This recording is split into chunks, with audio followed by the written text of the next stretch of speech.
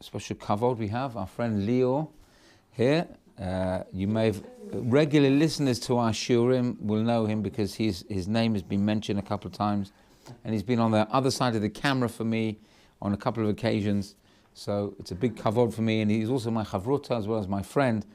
So it's a big honor for me that he responded to my guilt trip. So Baruch Hashem. Okay, so previous shurim of this week's parsha, which is Parshat Terumah, are from 4 years ago. There was a shir called Microcosmic. From 3 years ago, there was a shir called Precious. From 2 years ago, there was a shir called Dream Vision. And from last year, there was a shir called Hope Springs Eternal. Okay, so Baruch Hashem, we made it through another week. And on Motzei Shabbat, we had the Noam fundraising dinner. You know, my wife is very involved with Noam Primary School, as you know. So we had the Noam dinner, and it was amazing. Baruch Hashem, they raised a lot of money for the school, and it was very good to be there and to be part of it. And by the same token, it was very good that we finished with it now because there was such a lot of pressure. My wife and my friend Yitzchok's wife were very involved together in arranging it. And I said to Yitzchok, and Yitzchok said to me, and he agreed with me, he said, now we've got our wives back. Because we haven't seen them for weeks now. Every night, working. Baruch Hashem. Oskim b'tzorchet tzibur. It's a very important thing. You know, so Baruch Hashem. But I was thinking about this, that there are a lot of fundraising dinners around about this time of year. On Wednesday, there's another one for Kolel Netzach Israel. They got one for Ezra. There's quite a few all around this time. Why now? I would have thought more appropriate is to be near Yom Kippur. You know, like coming up to Kol Nidre or beginning of Elul. Well, why are they all now? Or, I was thinking perhaps it could be that they are centered around Parshat Terumah, because Terumah is all about giving. It's all about how we can take part and help in a community project. And they say when there is something that has a particular aspect, like Pesach has an aspect of freedom and Elul has an aspect of Teshuvah, that there is an energy that's manifest in that particular time. So perhaps during the weeks around about Parashat Terumah, there is an aspect that people want to get involved. They want to help. They want to do something, community. Maybe that's why, I don't know if consciously, subconsciously, there's a lot of fundraising initiatives around about this time. That's just my theory. Anyway, let's talk about the parasha. I want to start off unusually with a joke. As I heard a joke, I'll make a bracha first. Baruch atah Adonai Eloheinu melech ha'olam shehakol nihya b'dvaro. I heard a joke from Rav Fishel Schachter. He tells the following story. He says, there was once, in Yiddish they call him a Ferd Ganef. What's a Ferd Ganef? A Ferd Ganef is a horse thief. So this Ferd Ganef found his way into a certain farmer's stable, like the barn where they keep the horses and the donkeys. So it was like in the middle of the night, and he sneaks in and he doesn't want to wake up the horse, and he sees this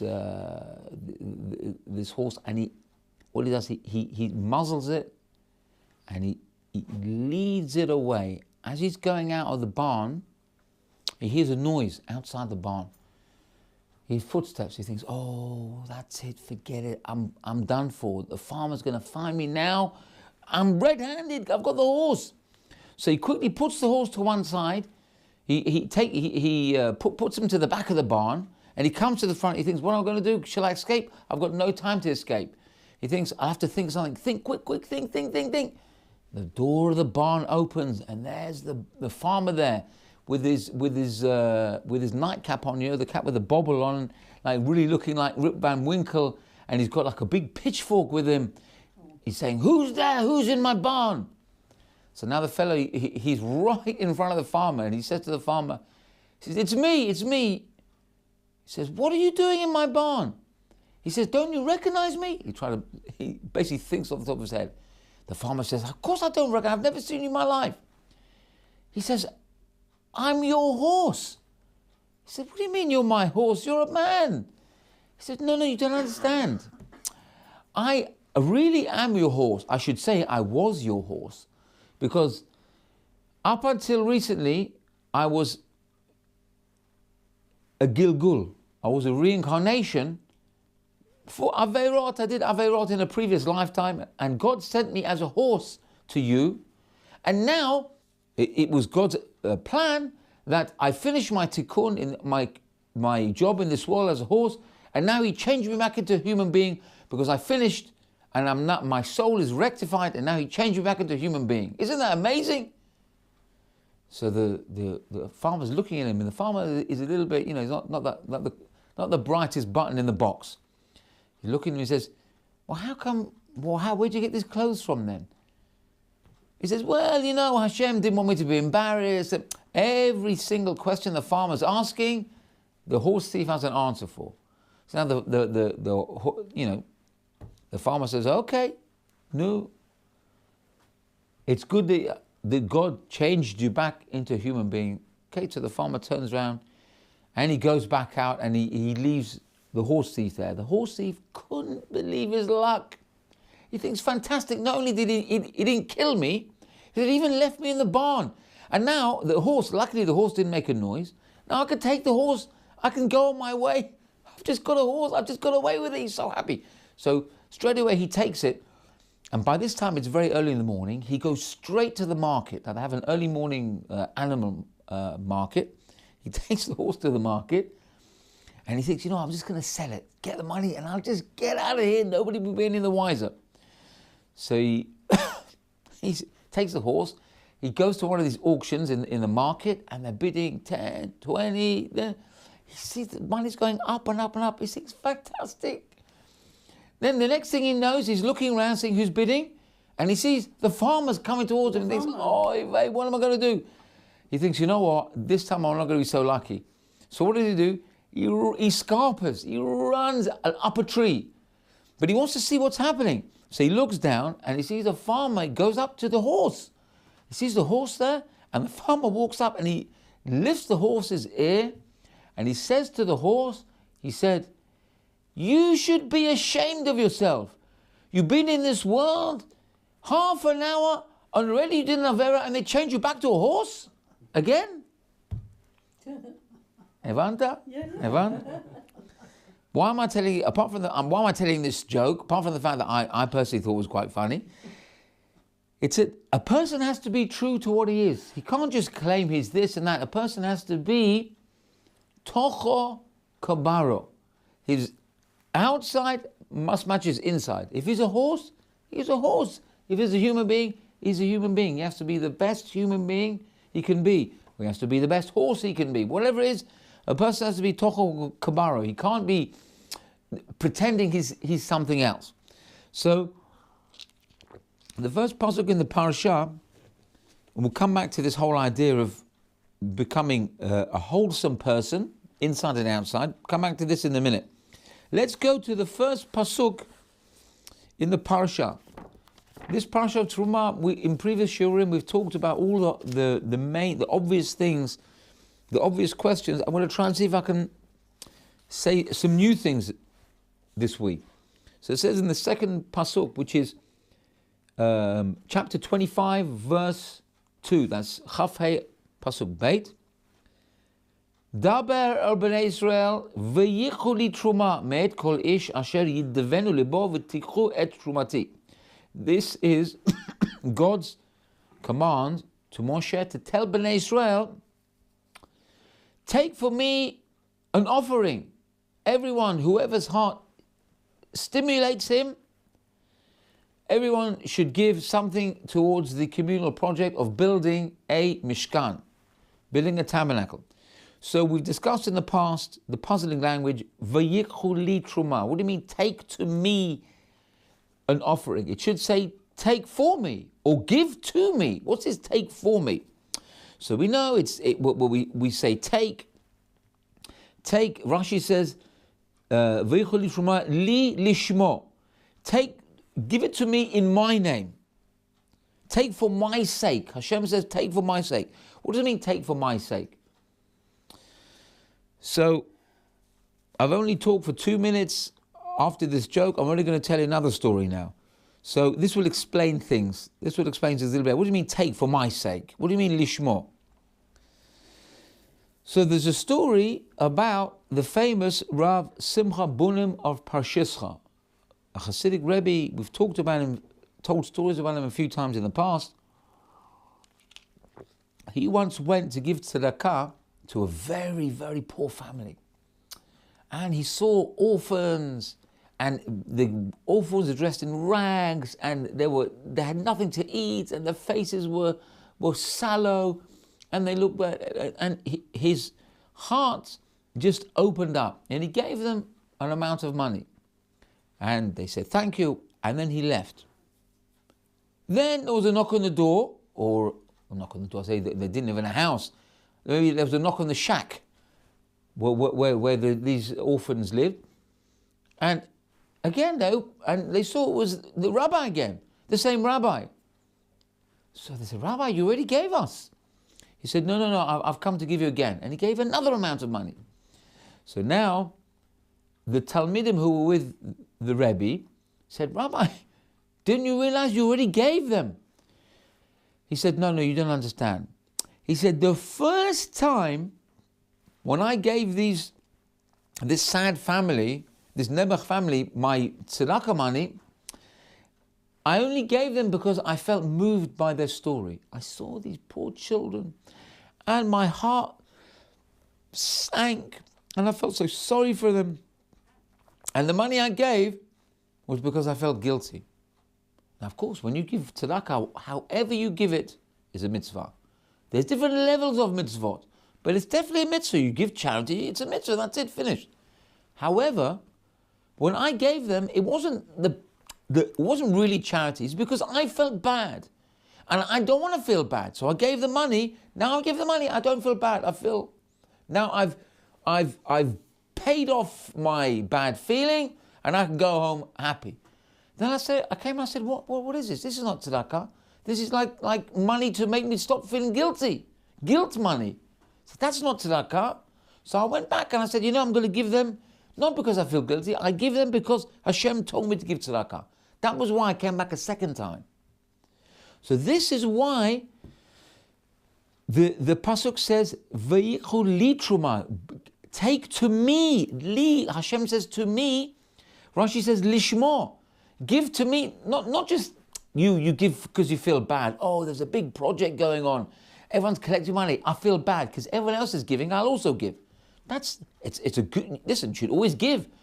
But that's not the real giving. That's give because you feel guilty. Give because for one reason or one reason alone, Hashem told me.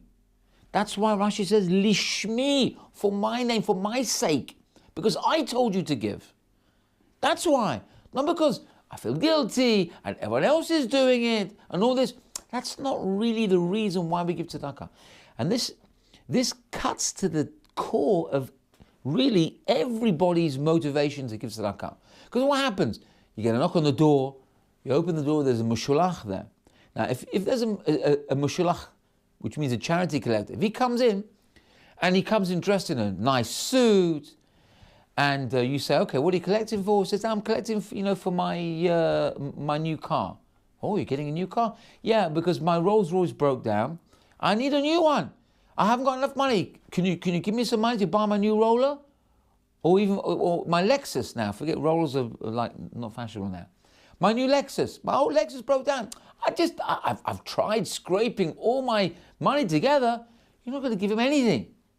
Yeah, because that's not, your heart is not stimulated. So what happens? The real scenario is you get a knock on the door, and then the guy comes in, he's dressed in mushulach like a shloch. Mushulach lashon shloch. like a shloch. I don't want to insult them, God forbid, God forbid, God forbid. But I'm saying, if they look too smart, you start getting a little bit, suspect. So he looks a little bit zerbrochen, like broken, and his clothes are maybe not so nice. And maybe, you'll forgive me for saying this, maybe it doesn't smell so good. Okay, I'm not casting aspersions on anyone. I'm just sort of exaggerating. And he magzim. So, and then he tells you, first of all, he gives you his Varat Tzedakah card, and he says, I've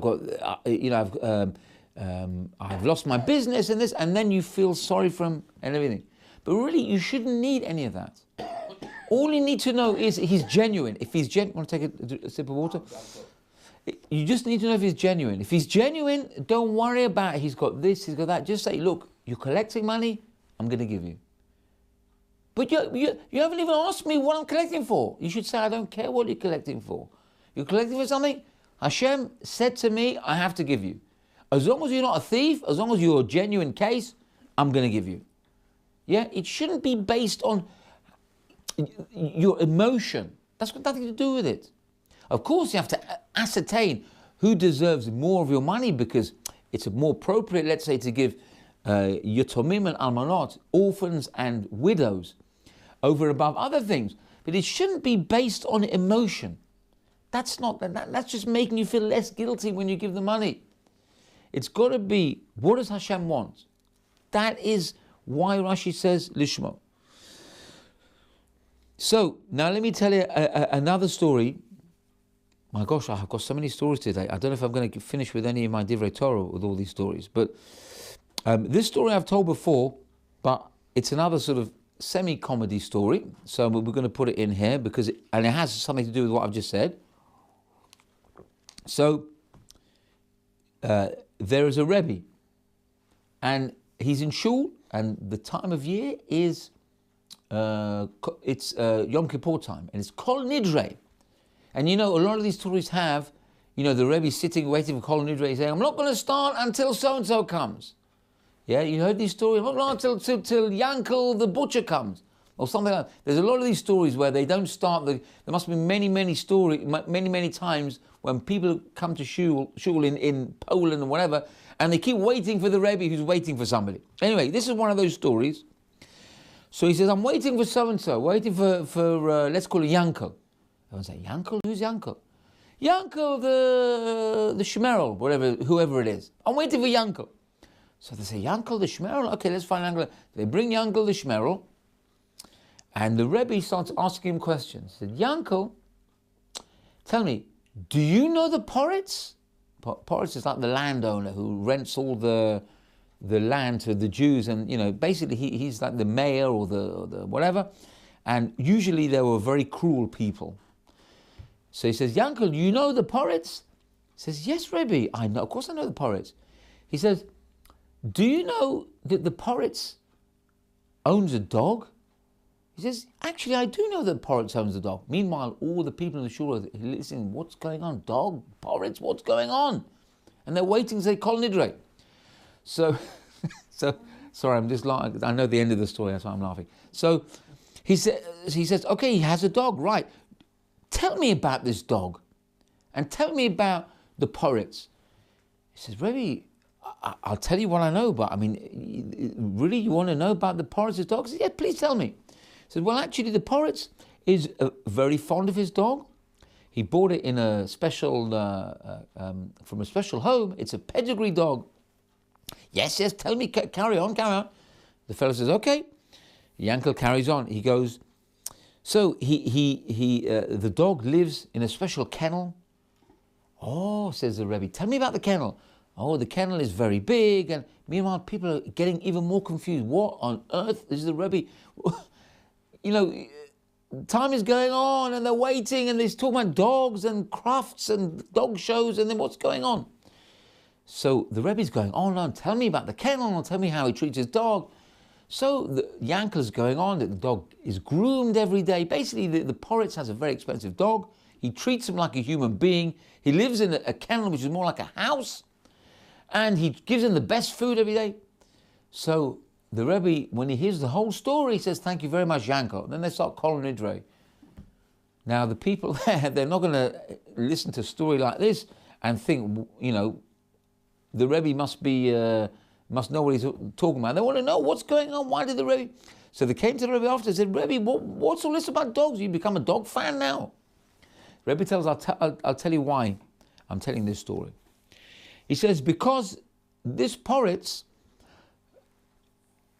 somebody once came, there was a poor Jew who was very, very sad. He took a wrong turn in his life, and he lost a lot of money. And it got to the point where this poor Jew, was so depressed he was going to commit suicide. And the Poritz happened to see this Jew. And he said to him, what's the matter? Why are you looking so bad? So the Jew told him, look, I lost all my money. I need so-and-so money because I'm not going to survive. My family, this and that. He told him a whole sob story. And the Poritz was genuinely moved. So the Poritz said, how much do you need? So the Jew told him, I need, let's say, 200 zloty or 200 rubles, whatever the currency was in those times. So the Poritz said, you know what? I'm going to give you every penny of that money that you want. He put his hand in his pocket and he gave the Jew the entire money. The Jew went away, he was so happy. And the rabbi is telling us what he said, you know, the Poritz did an amazing thing. But the problem was, nobody else had helped the Jew up until that point. And the Poritz got the whole mitzvah, the whole good deed went to him.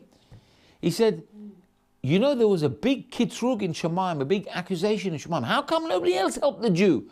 Why had to wait to the Poritz and he gave him every penny? No, nobody else could help him.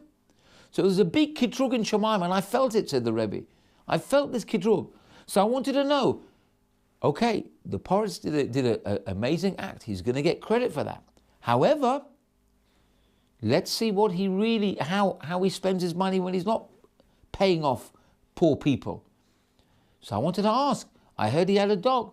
I want to know what type of money he spends on his dog. And when this Yankel came and told me, he bought him a big kennel, and he gave him the best dog food, he eats only prime ribs, and da-da-da-da-da. He said, now I know. This 200 coins he gave was loose change for him. He spends that money every day on his dog. So you see, he wasn't moved for the mitzvah. This wasn't like a big thing to take money out of his pocket to give up this poor Jew. This is what he spends on his dog on a daily basis or a weekly basis. So he didn't do it. And when I ascertained that information, the kitrug disappeared. You see, you can give, but what is your motivation? And you can give, but does it really hurt you? Do you really feel, you know, I'm giving away something which I cannot do without? Because that's really what tzedakah is. If you're a person who's a millionaire and you give somebody £10, that for you is like throwing a penny. That's nothing for you. Or if you give £100 even, that for you is literally like loose change. You're supposed to give a decent amount so that something, you know, it hurts. It's got to hurt a little bit. You know what I mean? It's not like you give it and that's it, finished. It's got to feel, you know what? This is money that I cannot do without. I really earn this money, and it's going to affect my life if I don't have this money. But you know what? Afal pichein, even though I'm going to give the money. That's how a person is supposed to give tzedakah. Not because, you give the money and you don't even think about it. It doesn't affect you. That's the reason why Hashem says, take, for my sake, take it and do the right thing with it. So that it's not like you give it and it doesn't make a difference to you. It's got to make a difference. And the more it hurts you, the bigger the mitzvah. That's what you've got to bear in mind. The more it affects you, the more you know you cannot do without it, the more schar, the more reward you're going to get for that mitzvah. Now, another thing we learn about this pasuk of Vayikhu li Terumah, take to me a Terumah, is that when was the placement of this pasuk? When did Hashem say this? You know when he said this? Amazing. You know what it says in the Tanad Ve'eliyahu? It says in the Tanad Ve'eliyahu that last week's parasha, the Jews said, Naseh v'nishma. Yeah? We will do and we will listen. They made an unconditional statement. They said, Hashem, whatever you're giving to us, say no more, we will do it. we'll do it. Afterwards we'll understand, but we will do it. We are people of action. As soon as Hashem said, as soon as the Jews said Na'aseh v'nishma, Hashem replied to them. Hashem said, V'yichu li truma. It was like a conversation. Na'aseh v'nishma, v'yichu li truma. The Jew said, I will do and I will listen. And Hashem said, take for me an offering. Give me what is that? What's the relation between these two statements? The Jew said, yep, we're on the case, we'll do. And God said, give me. Take to me, rather. What's one got to do with the other? You know what it means? If you make a statement, there's something called lip service. You can say something, and it means the world. It's like a loaded statement. Yeah, I will do this. And then you wait an hour, or you wait 2 hours, or 1 day.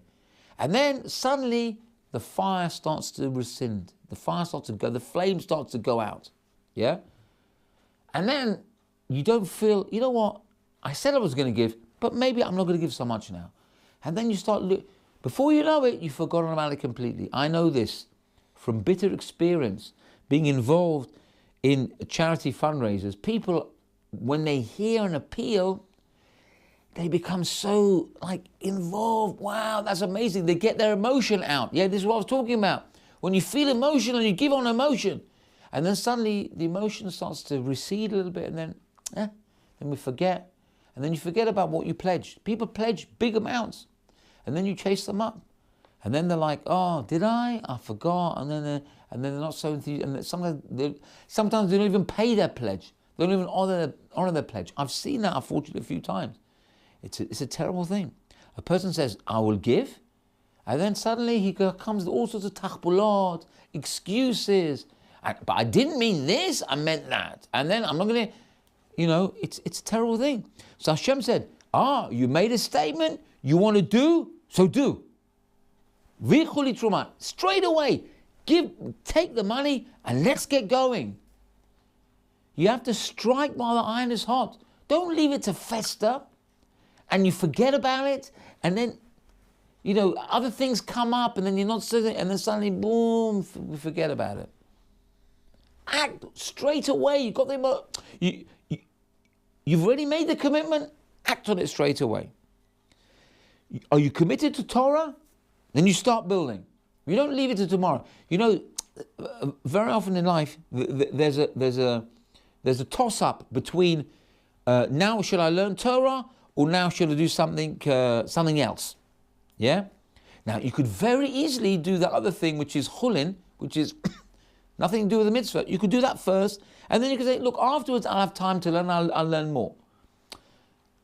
My particular philosophy is do the mitzvah first. Do the Torah first.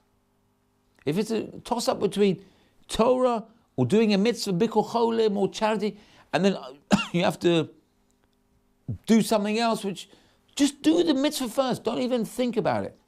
Okay, I might be a little bit more gung-ho than the average person. Yeah, but make sure, give the mitzvah the priority. Give the learning the priority. Other things can wait, don't worry about it. Do the mitzvah first. That's what Hashem's telling us here. Once you made a decision, don't wait. Don't leave it even a second on a mashu. Do it there and then. So, okay, I'm reading my script here. I've got another story here. What can I tell you? You got the quid's in today with stories. So, there is a story told about the Chozeh of Lublin. The Chozeh, which means the seer, S-E-E-R, a person who had like a vision. The Chozeh of Lublin was a Hasidic Rebbe who was Kodesh Kodashim. There's so many stories told about the Chozeh. So, because the Chozeh was a Chassid, at that time there were people called Misnagdim, people who were very much against Chassidut. Now you'd be surprised the holy people who were Misnagdim in those days. Yeah? If I tell you, you wouldn't even believe me. Rabbi Akiva Eger. Now there's no aspersions that can be cast against Rabbi Akiva Eger. He was one of the, you should see the Tshuvot of Rabbi Akiva Eiger, so deep. I can't even, express. I don't even know what, I can't even understand what he's saying. There's so many deep things that were written to Shavuot, answers. He was Kulo Kadosh. When I believe it was his grandson, became a chassid, he himself taught Kriya. he himself went into mourning, as it were. This is what I heard. Yeah? Now, because in those days it was considered, it was almost like taboo if you were a Litvak, or you were not of that Hasidic camp. Yeah? Now, of course, nowadays it's very different, but in those days the perception was way different. So there was a certain rabbi who was a mitnaged. He was against Hasidut. He had nothing unusual, like I said. So he went to the Chozeh, and the Chozeh was very, very popular. He had many, many Hasidim, many people came to him for Eitzot and would listen to his Shiurim, to Shavuot. So this rabbi, who happened to be the rabbi of the town, he didn't have even a quarter of the people following him that followed the Chozeh. Chozeh was very, very humble. So the rabbi, who was the mitnaged, went to the Chozeh and said, Rabbi, how come so many people come to you and hardly anybody comes to me? So the Chozeh was truly, truly humble. And he actually answered honestly. He said, I don't know. I don't know why they come to me. So the rabbi came up with a suggestion. He said, you know what? Perhaps you should get up on the bima on Shabbat or on Yom Tov, and if you really feel you don't know why they come to you, go and tell the people that, I don't know why you come to me, because I don't know Torah, I don't know this, I don't know that. So the Chozeh said, yes, maybe you're right. I don't know why they come to me, but because I don't know Torah, so I'll tell them. So he gets up on the Chozeh gets up in his shul, and he says to everybody in the shul, he says, Rabotai, says, you come to me for answers, you come to me for shiurim. I don't know why you come to me. I don't know any Torah. I'm a simple man. And he was going on and on. And of course the people, when they heard that, they thought, hey, the rabbi is a tzaddik. He's so humble. He's claiming that he must know more Torah than we give him credit for. And even more people came to him. Right? The Chozeh came and he said he's a nothing, and he made double as many followers now. So now the rabbi, the mitnaged, realized this whole thing backfired on him. So he said, obviously you know a lot of Torah because more people are coming to you now. So maybe you should get up on the bima next time and tell people, look, all right, I do know Torah, and I do. So the Chozeh said, listen, he said, I may not know Torah, and I may not be a tzaddik, but one thing I'm not, and I'm not a liar.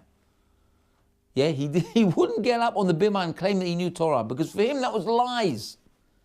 See, that's true humility. It means that a person is literally true to himself. He's toho kabaro. His inside is like his outside. He truly believes he's a simple man. He doesn't know much Torah, and that's how it comes out in the public perception. He's somebody who's a simple man who doesn't know Torah. So we'll see this point about Toho Kabaro in the next pasuk I'm going to tell you, which is, if we go in this perek 25, we go to pasuk 11. So Chafei pasuk Yud Aleph, we talk about the Aron in the Mishkan, the Ark. V'tzipita oto zahav tahor mibayit u'michutz tzapenu. Says the pasuk, the first part of the pasuk says, when you have this ark, it has to be gold on the outside, which is it's a wooden box. It's gold plated on the outside, but on the inside it's also gold. So on the outside it's gold. You can understand because it has to look beautiful. It can't look like wood. If it's a wooden box with gold plate on it, it looks beautiful. Yeah, but why the gold on the inside? So this is the pasuk which tells us this is how a Talmid Chacham should be. And really, everybody should be like this. But a Talmid Chacham has to be consistent on the inside as on the outside. Yeah, if he's portraying himself, or his public perception, let's say, is a Talmid Chacham, he has to be like a Talmid Chacham. He may not believe he's a Talmid Chacham, but if people look at him like a Talmid Chacham, then he can't be an Am Haaretz. He has to respect their opinion of him. Now this goes for anybody, yeah? Because if you walk in the street now and you wear a kippah, the average person who's maybe not so observant sees you, you're a Talmid Chacham. Okay? You might be just a regular guy, you've got a kippah sruga, and you're not so learned, maybe you go to shul once a week, I don't know, whatever. But you got a kippah on your head, or you got your tzitzit out, the average Jew who doesn't know better will look at you, and you're a rabbi. They look at you as a rabbi. I'm telling you, this happens very often. But you yourself, you know you're not a rabbi, maybe you know you don't know much Torah, but you have to live up to their perception. So in other words, you have to be responsible. You have to be, if they think of you in a certain way, you can't act in a low, you have to act in a way. Okay, maybe inside you're shefal ruach, you're humble and modest, but to them, you have to almost be an actor. Yeah? You have to live up to their expectation, because the worst thing you can do, not you, worst thing a person can do is to disappoint somebody who looks up to you. Yeah? Now me and Leo have talked about this many times before. Yeah, how us ourselves, we certain times we looked at people and we really looked up to them. And then suddenly they did something that wasn't so correct. Okay, we have to judge them favorably. But you know what? For us, it makes us crestfallen. You know, we look and we think, wow, this person I trusted so much and he did this. The thing is probably minor.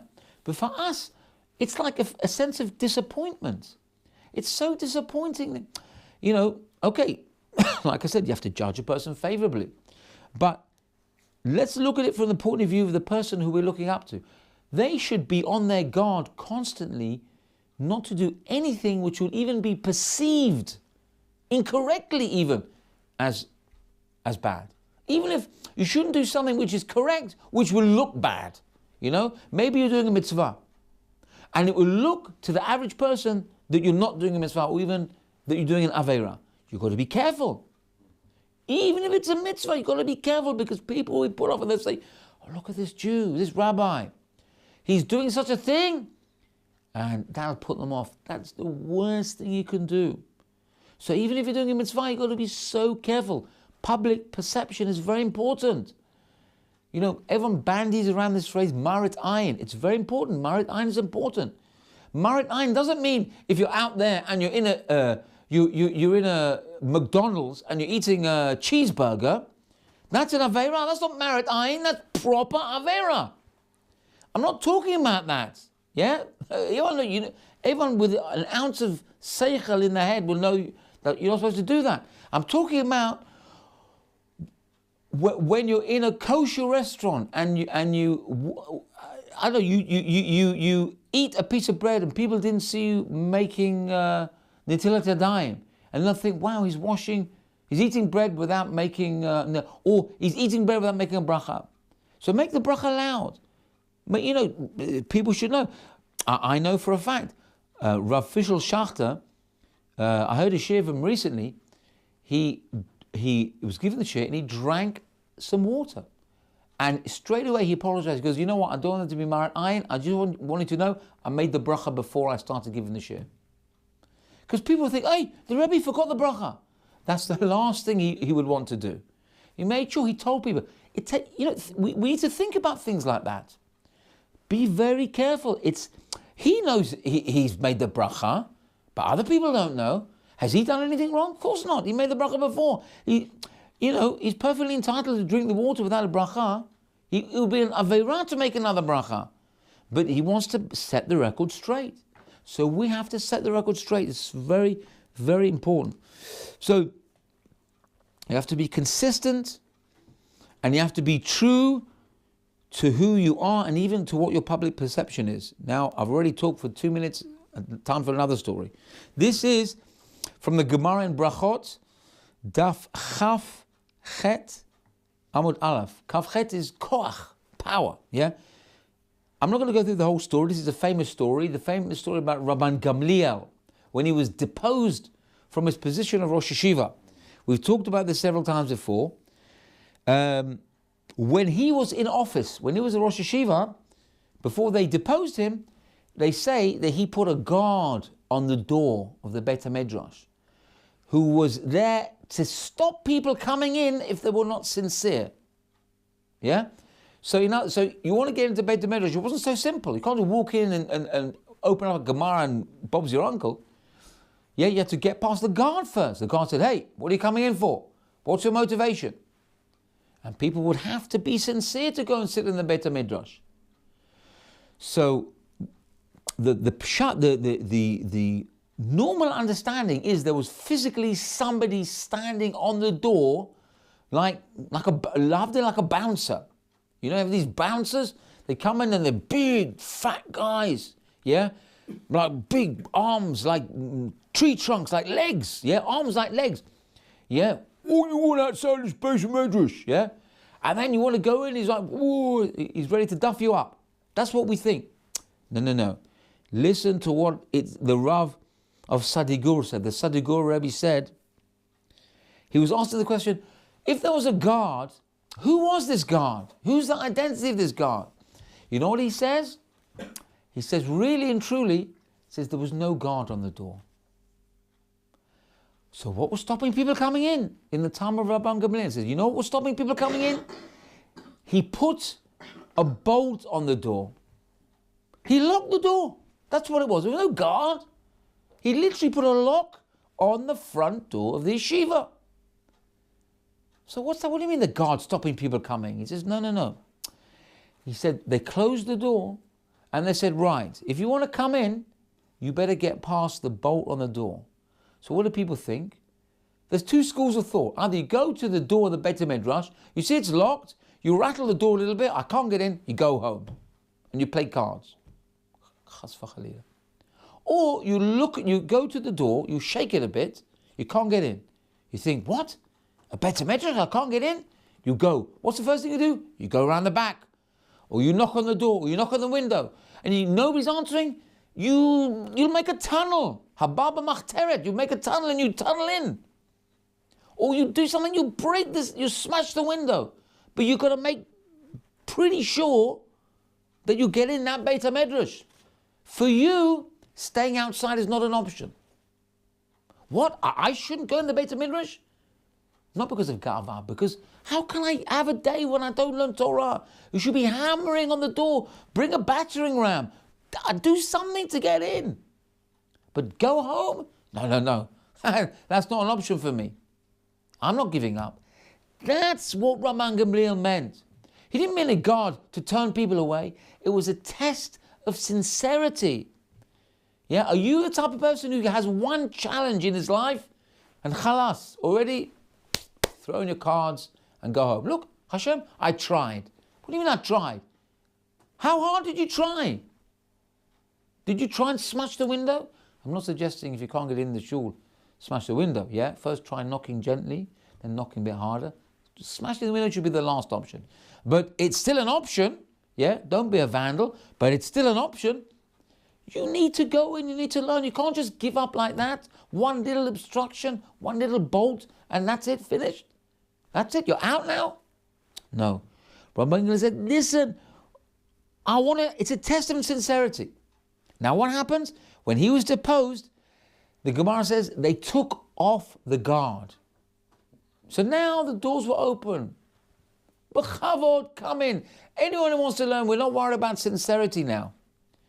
You have a desire to learn, come in. Come in. Don't have to break any doors. Don't have to cause any vandalism. B'chavod. They say at that point they added in benches. There wasn't room for people. They added in, some say, I think 400, some say 700 benches. They added to the Beit HaMidrash. There wasn't enough room. Now, again, our previous understanding is that there were so many people that had to bring benches. Listen to this. What I'm going to tell you now, it's turning the whole thing, the whole story, giving it a different spin. It's not so much that there was more people coming into the Beit HaMidrash. It's because previously, when they had the guard on the door or the bolt on the door, people would break in and would find any way to get in. Once they were in, did they look for the chair? No, of course not. If there's no chair in here, what, I'm going to go out? Oh, no chair, I'm going to go home now. Forget it, standing room, I'll stand. I'll go on the roof, like Hillel went on the roof because he couldn't get in. How many of us would go on the roof? When it's snowing and become covered in two, we have 1 inch of snow in the UK already, everything's paralyzed, we can't do anything, no trains, nothing, everyone stays at home, blanket, off school for 7 weeks. They can't take it, a couple of flakes of snow, everything, the whole country paralyzed. Yeah? Hillel went on the roof, was covered with snow, he nearly died. For what? He wanted to hear the shiur. I should miss a shiur. And he had money. He had money to pay to go to the shiur. But for whatever reason, or maybe he didn't have money that day. But him to miss a shiur, that's inconceivable. He'd rather go and put his life at risk rather than miss the shiur. That's what we're talking about. So when it says they brought in more benches, it's not because more people came. It's because of the quality of the people that came. The people that came, they weren't like the old guard, the old school, who would come in and say, I don't care, I haven't got a seat, I'll stand. I'll stand on somebody's head, as long as I'm in the Beit HaMidrash. Now that they removed the bolts, now people have started coming in, oh, where's my seat? I haven't got a seat. Suddenly they had to bring in benches, because these people were not like people who didn't care about the seating arrangement. I need a bench, I need my own makom kavua, I need this. Suddenly, it went from being a place where people go and learn Torah at any expense.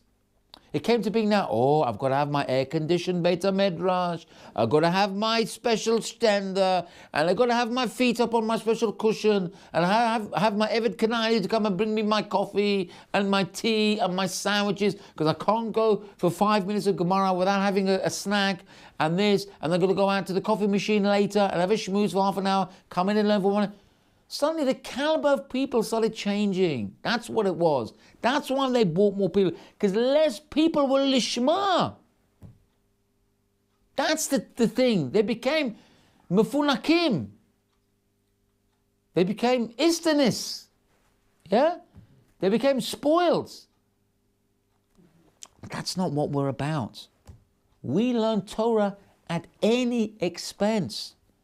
You haven't got a chair? Learn Torah. You've got a chair? Learn Torah. It's cold for you? Learn Torah. It's warm for you? Learn Torah. But learn. But learn. That's what this Gemara is teaching us. Beautiful, beautiful, beautiful idea. In the same pasuk, I'm running out of time now with all these stories. It says, Va'asita alav zer zahav saviv. We talk about how they decorated this beautiful aron. You know what they did? They put a zer zahav. What's a zer zahav? Let's look at Rashi here. Zer zahav. Kamin keter mukaf. They put like a crown on this aron, a crown called the keter Torah, the crown of Torah. Why? Because Torah deserves a crown. Because Torah is our connection to Kadosh Baruch Hu. In fact, we are the same. Kudshabrichu oraita v'Yisrael chadhu, something like that. Hashem, His Torah, and His Jewish people are one. We're all connected. Do you know what I'm going to say now? You know what I'm going to say? I've got another story. Malasot. Yeah? So, there was once an old man who came to, I believe it was Rav Shach, and told him the following story. This old man sitting in front of Rav Shach, this old Yid, he said to Rav Shach, when I was a young man, there was a little boy in my yeshiva. And I was older than this boy. Most of the people there were Avrechim. There was a little boy who came to learn, maybe 11 years old. And, you know, he wanted to learn, but he was a bit of a nudge. He didn't know much. And he kept asking people questions. And Avreichim, they got a bit fed up with him. Tazovli, leave me alone. How many questions do you want to ask me? And, I saw this boy and I felt very sorry for this poor boy. And I said to this boy, you know what? You got questions? Come and ask me. I'll help you. So he would ask me, and sometimes ask me again, and he wasn't so clever, and the things didn't sink in with him. And one time I was learning on my shender, and he came in the middle of my learning, and he asked me a question. And by this time I became a little bit agitated with him. I said, "No, can't you see? I'm learning by myself now." So this boy, he just said, "Okay," and he walked away. And he went over and he started davening. It was before Shacharit. And I felt terrible. I felt, you know what? All the times I've spoken to this boy, I've given him patience.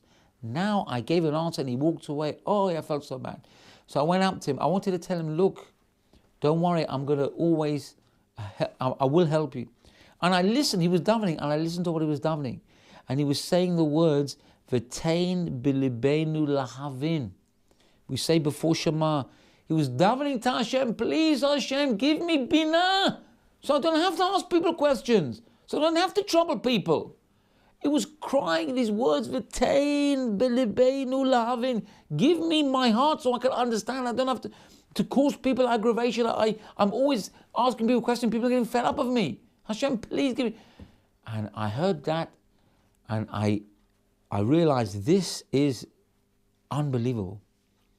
He says, this is what I want to support. And he said to this boy, I'm really sorry. I shouldn't have pushed you away.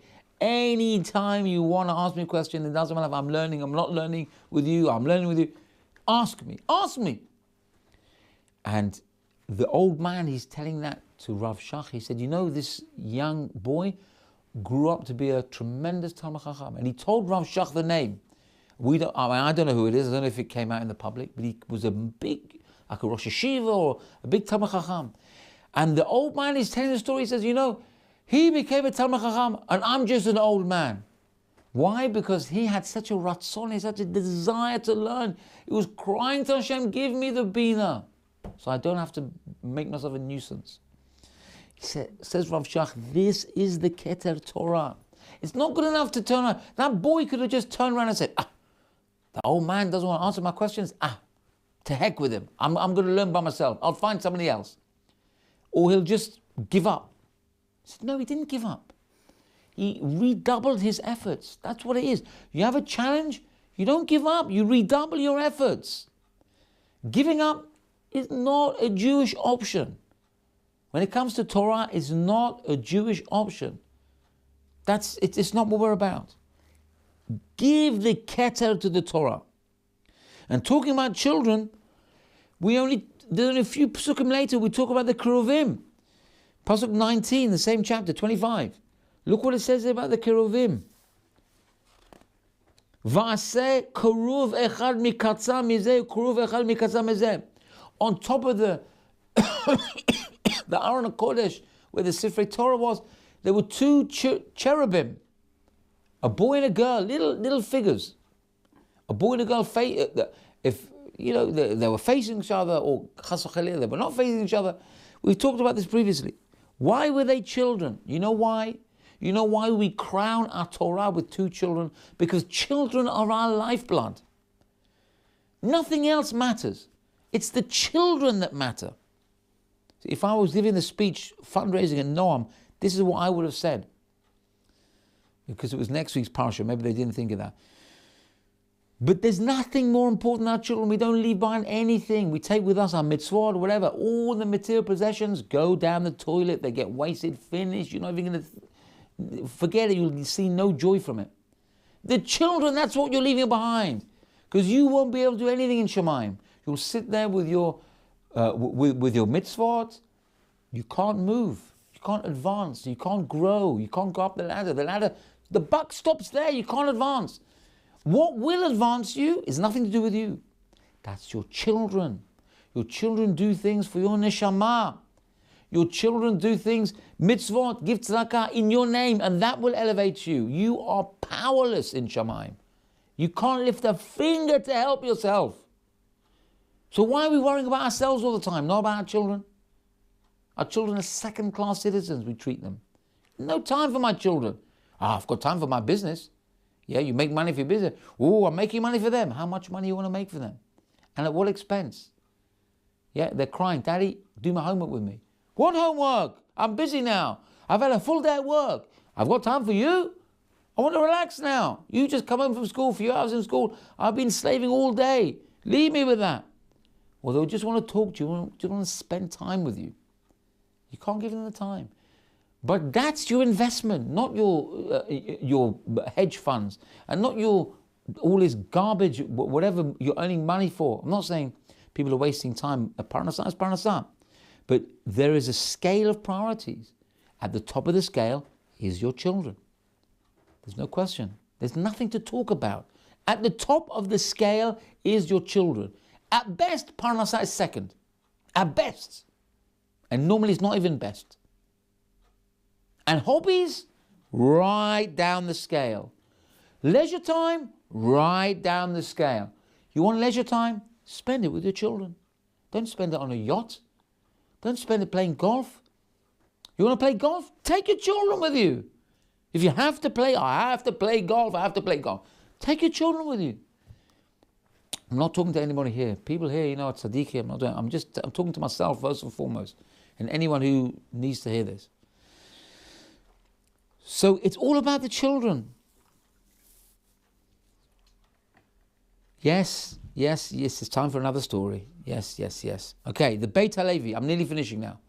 The Beit HaLevi, in his time, there was a position of Minister of Education, or something to do with the in the Jewish world. It wasn't a governmental position.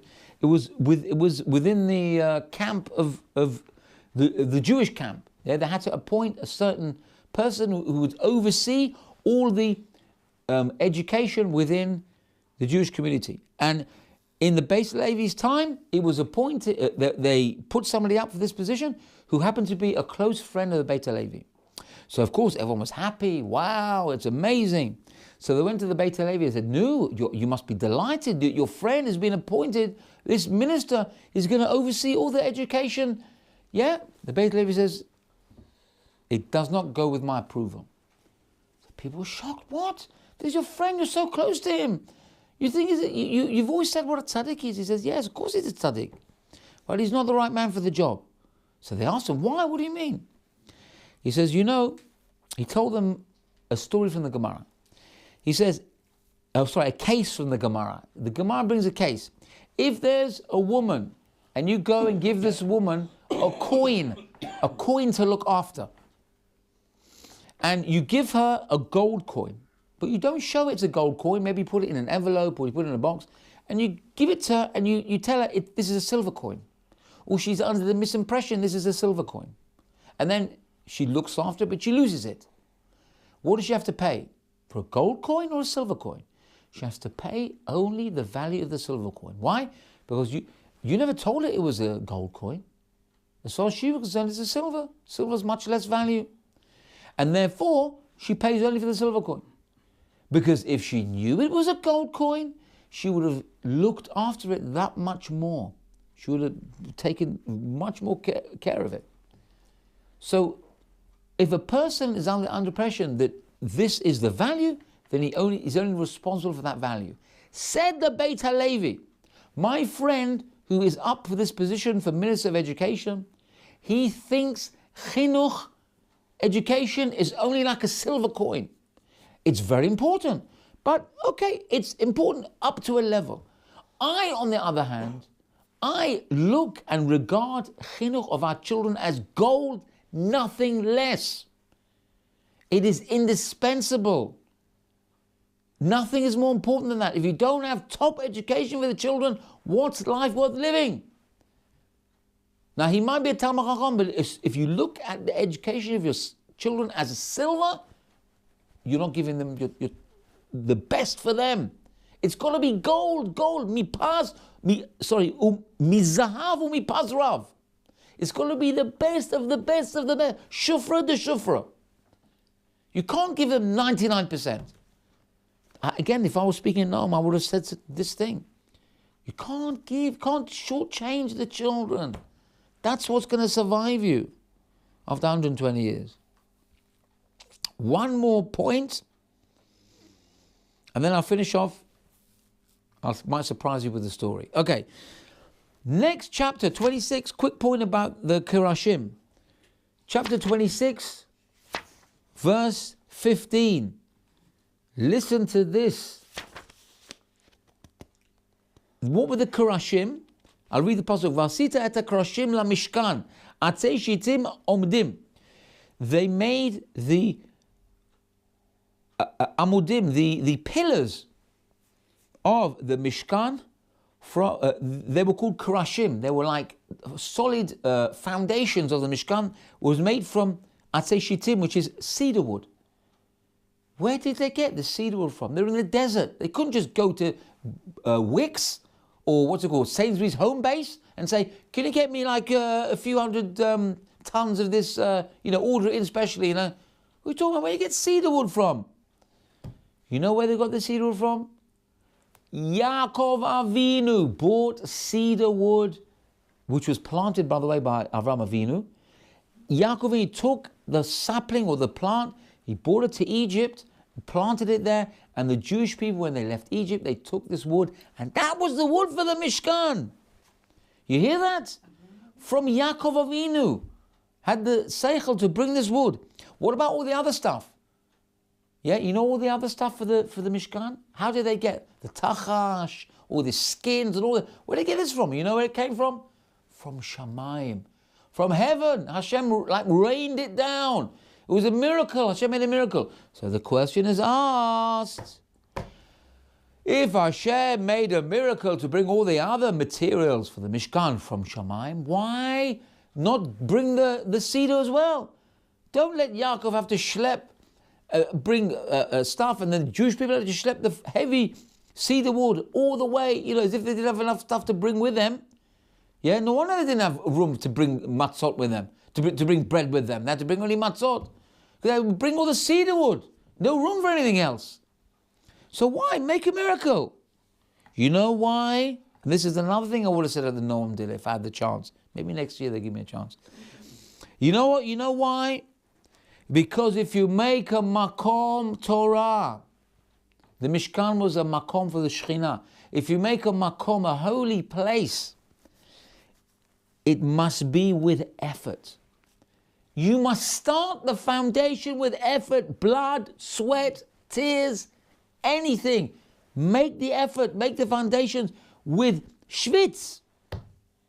Not miracles, not mimela, not often not automatically. It has to be sweat. Afterwards, you make the foundation. The running cost, that's Hashem. Hashem, I make my school Noam. I've got the building. I'll build it with the effort, with everybody together. The running cost, Hashem, I'll do my hishtadlut, that's it. It's up to you, it's nothing to do with me. But the beginnings, I have to do it myself.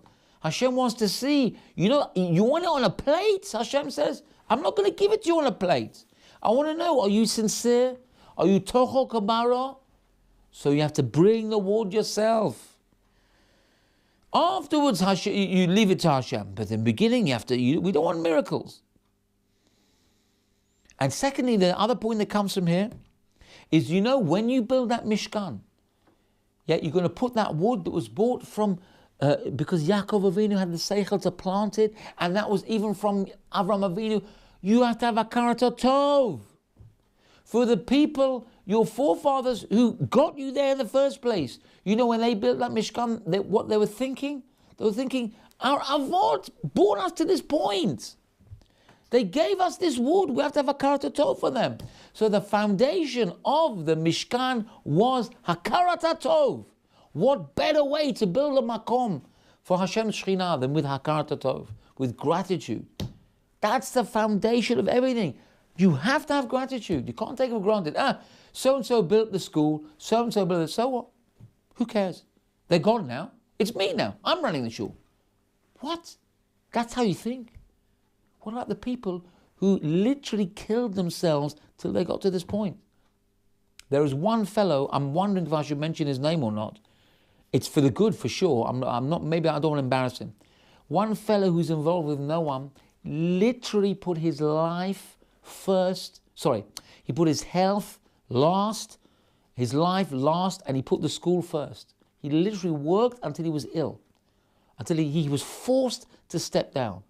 He was forced because he put the school first. He worked hours and hours and hours every day, week upon week, month upon month, until he just couldn't do it anymore.